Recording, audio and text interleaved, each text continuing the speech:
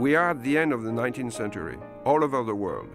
I mean, in Europe, in Germany, in England, in France, in America.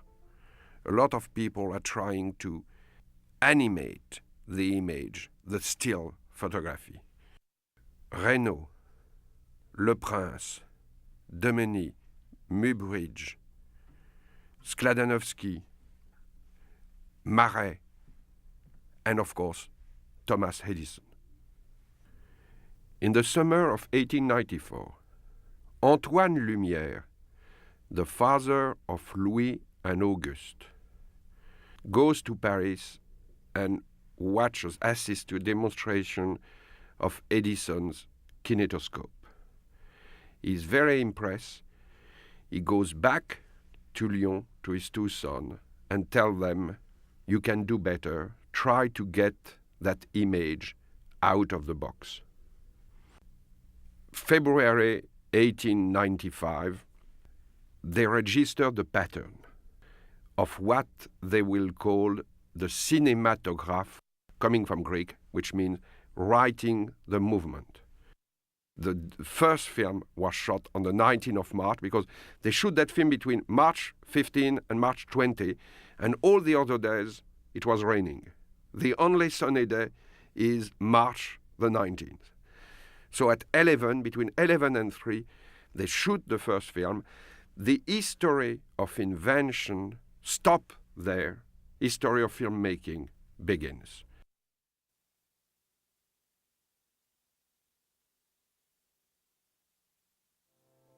(19th of March, 1895). We are Chemin Saint-Victor in front of the Lumière factory. The Chemin Saint-Victor has now become the first film street. Lumière put this camera in front of his factory and begs, orders his workers to go out. This is the first film, the first version. We know it because a journalist at the time described a bicycle, a dog, that you can see the dog, and a horse. The workers, mostly women, know they are filmed because they are not looking at the camera. Another version, shot maybe later on in the spring or in the fall. They are dressed in a different way and they are becoming the first character of the first cinematograph film. The first character, I mean, is the crowd, the working class. I think it's very moving. The horse, the dog, two horses, a dog and a bicycle in that version. This is the film which was thought during 95 years to be the first film. And it's clearly shot in the summer. The workers are dressed more lightly. The dog and the bicycle coming out. And you can notice the shadows on the street, on the pavement. No horse in that version. And the first version was discovered in Lyon in 1985. During June and the summer, Lumière did a lot of films with his camera, which was weighing only 4 kilos, and we could film, shoot, process, and project. This is one of the films shot in Neuville. This is the Congress of the Photograph. It was shot on the morning and shown to the people in the evening, creating a big impression. And the news spread up, the camera of the Lumière brothers was working. This is called Baby's Tea Time. On the left, Auguste Lumière, the brother of Louis, on his right, Marguerite. On the extreme right, a bottle of cognac. It's a French baby. And behind, what impressed most the audience at the time, the leaves moving, the wind in the tree. The Lumière did the first film and the first remake and the first home movie.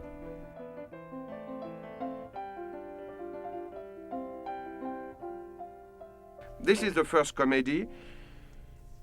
It's so well known that it doesn't have to be commented.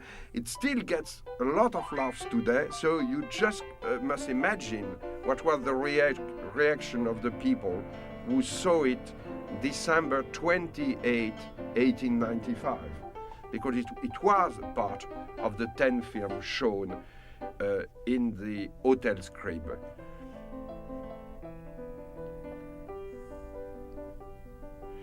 This is called the card game. On the left, the father of Louis and Auguste, Antoine. In the middle, Mr. Vinclair, the father of the two daughters who married the two Lumiere brothers. He's serving and drinking his own beer, the beer he's making, because he's a beer maker. It's the first commercial. On the right, a character who is that Lumiere introduced in many films, the waiter who is overacting, let's say, and who is commenting the film to show that it's funny. On the extreme right, Félicien Trémuel, that we will speak of him later on. This is the first masterpiece. It was not part of the first 10 films shown on the 28th of December, and this is the first horror movie. It's coming off of the train in La Ciotat, shot in the south of France. I mean, look at the use of diagonal, of perspective, the striking composition, very, very, very modern, and a great use of the black and white. Louis Lumiere was a very good photographer, and he knew how to compose an image, and this is one of the first proof that of his immense talent, because what we want to celebrate in the montage is the Lumiere, not only as inventor, but as filmmakers. This is Auguste giving orders. They are demolishing a wall. The film is called The Demolition of the Wall. And it was planned to be a documentary, maybe a little acted, but then an accident happened. Look.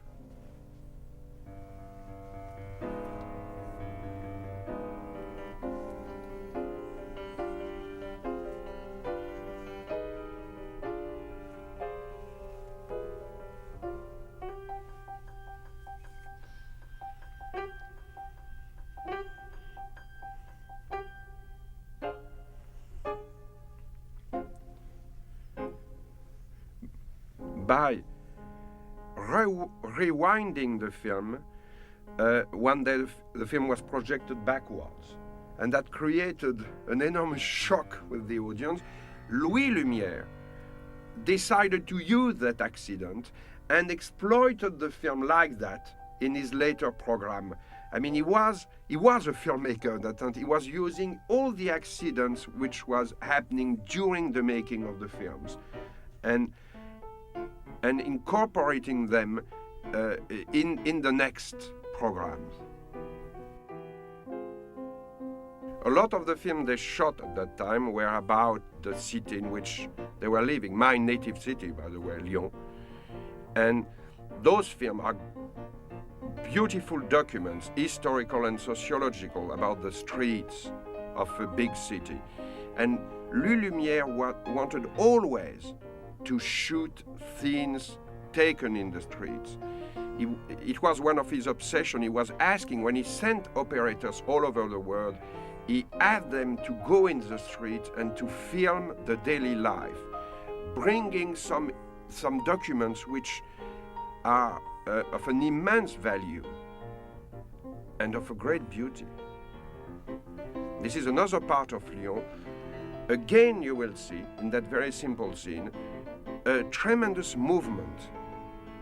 I mean, calling his invention the cinematograph, which meant writing the movement, meant something for Louis Lumiere.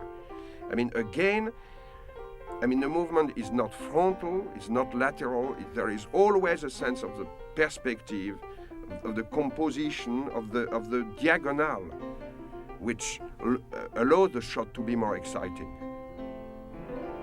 And this is one of the first tracking shots coming in Lyon. The camera was on a train, incredible stability, and an incredible film.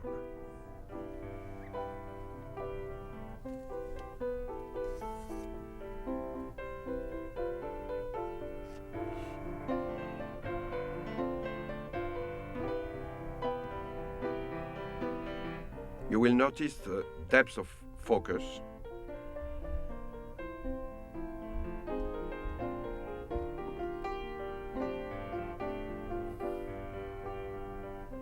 This is the reverse of the previous film.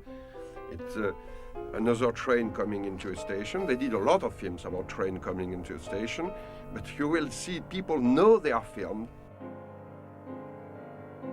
The people of the railway company will start overworking.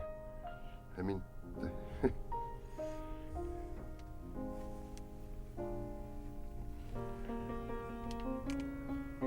on the right, another miracle, the smoke and a train.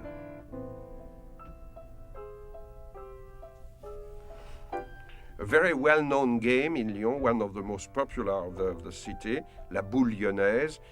People know they are filmed this time. They overact. They want to be taken seriously and look, for instance, on the bearded man on the right.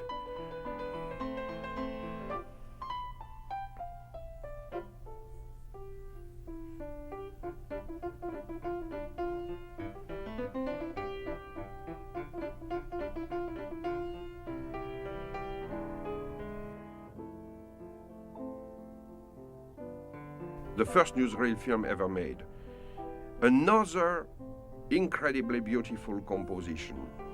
Lumière had three subjects: the flood, the crowd, the horses, and the carriage. And he got them all in 50 seconds. All the film were 50 seconds long. They were 17 meters. And so he had to deal with the subject in that very limited time. And he got it there.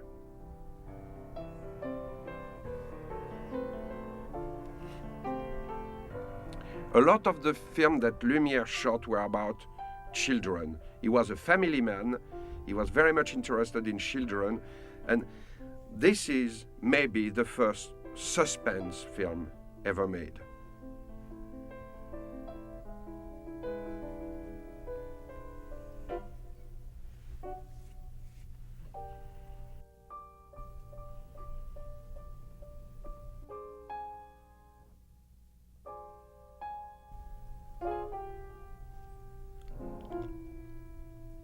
No, he didn't. Unhappy ending.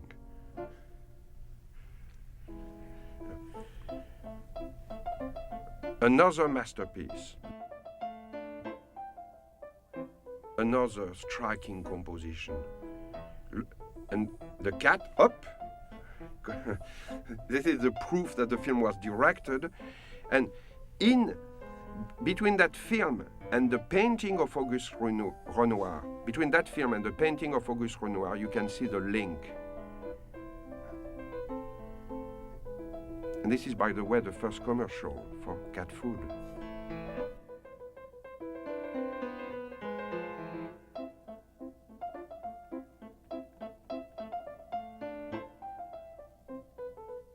Another film about children.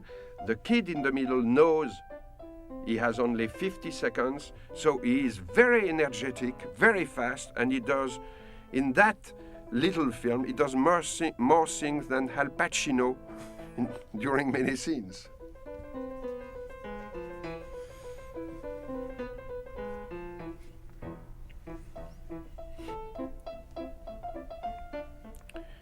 Another very interesting camera setup, taking from a distance. In the previous film, you had seen nearly a close-up, and this time it was a medium shot and a long shot there, framed exactly at the coming of the train in La Ciotat, with the use of perspective and diagonal, and a very enigmatic film. It's called The Baby's Parade in Paris Nursery. It should be dedicated to W.C. Fields.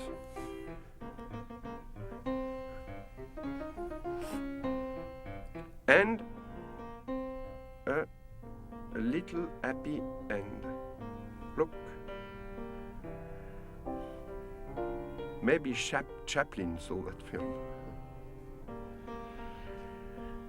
a prequel to Jean Vigo's Zero Conduit. It's called The Pillows Fight. That film was shot in a studio, not on location. The proof that the Lumiere were not only documentary filmmakers, but were interested in comedies, in everything which could be exciting and funny and entertaining.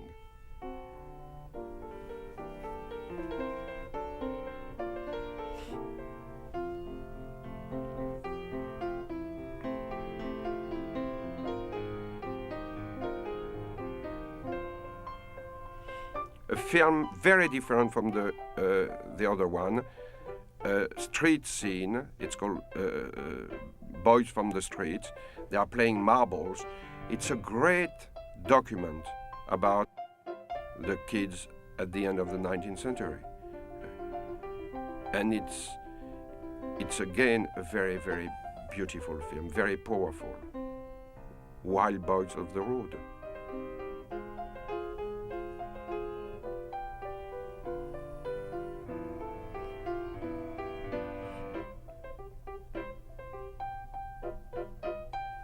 A lot of the films that Louis Lumiere did were devoted to the friends of Sunday afternoons. People having fun, people resting, parades. This film is shot not far from the Lumiere Institute, not far from their home, and you can consider it as a prequel to Butch Cassidy without the Sundance Kid. There is a great use of space and the modern idea of people going out of the frame, which is very interesting. It's a film dedicated to all the semiologists. We are near the Champs-Élysées. This is the first film where you see somebody filming, protected by a policeman.